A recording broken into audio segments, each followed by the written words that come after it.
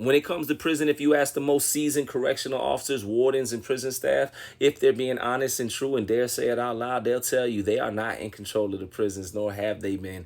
Prisons have been understaffed far before 2024. This is a long-standing problem that's been going on. The cat is out the bag.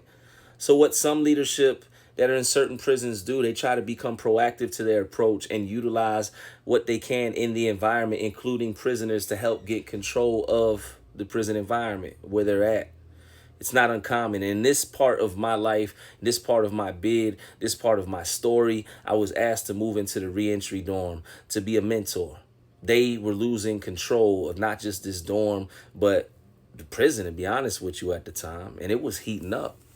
So I was asked to go to this dorm by the brothers that was in there. And I was like, cool, I'm requested. Let's go. This is a change of scenery. I'm going to reentry. All I got to do is motivate dudes, is getting ready to go home. Not within a year, but 6 months at that. This particular dorm that I'm moving into, just go to group so you don't catch charges and go home on time. That's easy. These dudes done made it through the bid. There's no way. What they need motivation for? I need that. I got 6 years left. My no dudes is never coming home. You understand me? Let me tell you something. For what I thought that it was going to be over there, I thought these dudes was going to be the most positive, smiling. I was so wrong, y'all. Within 5 minutes, I realized quickly that in all my time of doing a prison sentence so far, from being on a level 4, a level 3, being some of the most hostile environments, from being around dudes that had 600 some years, honestly, on paper, 600 plus. You understand what I'm saying? 600 plus life, 238 years, life plus, whatever it is. Some of them dudes was so positive, man, so motivated, uplifted, like they were going home tomorrow, and they never will. But in this environment where everybody was getting ready to go home, everybody was angry, hostile. And as I look at it now, this was the prelude, the warm up to what society had become. That's what this was when I look at it, as I'm telling this part of the story. But I'm going to tell you this, man. Within 10 minutes, there was 2 fights over the phones. The phones was hectic.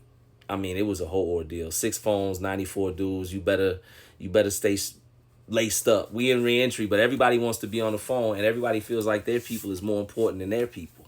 So it goes down, it gets busy. There was also a bunch of arguments over the microwave, y'all. 2 microwaves, 94 dudes. It gets hectic. It gets busy. The showers, same thing. The kiosks to send emails out. It was hectic. There was so much anxiety in that dorm. And as I look back now, I understand. And I didn't understand it then because I wasn't close to the door. I was like, why are they like this? But then my time eventually came. They were all full of nervous energy. They were scared. Many of them didn't have a good foundation to return to. And some of them were trying to prolong their sentences at the end. They didn't care if they caught charges. They would buck on group on purpose because they had no home to return to. This was the roof over their head. This is what they've known for the longest. I'm in no rush to go home. I'm going to buck on this program. Y'all going to have to write me up, and it is what it is. I'm going to stay right here and live my life. That's what some dudes was doing. Some dudes was just angry and didn't know how to let it out, full of anxiety, scared, fear, whatever it was at their circumstance, situation. And instead of getting the proper treatment, talking to somebody about it, which is hard to do at times in prison, they would lash out against the program. They would get in trouble, and it would only further, hinder them, keep them away from their loved ones, etc. There was a lot of this going on. I did not understand it, man.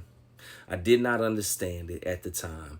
I did not understand how these dudes were so angry and hostile, and why I had just left brothers that was doing life sentences that would gladly switch roles with y'all, man, would cut off their arm just to have less than 6 months left. And y'all brothers that's getting ready to go home is mad about everything. Everything. Y'all mad about when they call child. Y'all mad when they call wreck. You mad at every single CO that walks in. Y'all are getting ready to go home. So yeah, this was the beginning of me as an elder, a mentor, whatever it was. I'm trying to change my life, decompress. I'm thinking I'm going to a positive environment with resources where I didn't really have to do too much because they should already been motivated. And man, what I found out was reentry was reentry was a whole nother world, y'all. Welcome to prison anxiety on steroids. Yeah, all in the petri dish. And boy, it was a plenty of action. That's all I'm gonna say. It was going down up in there.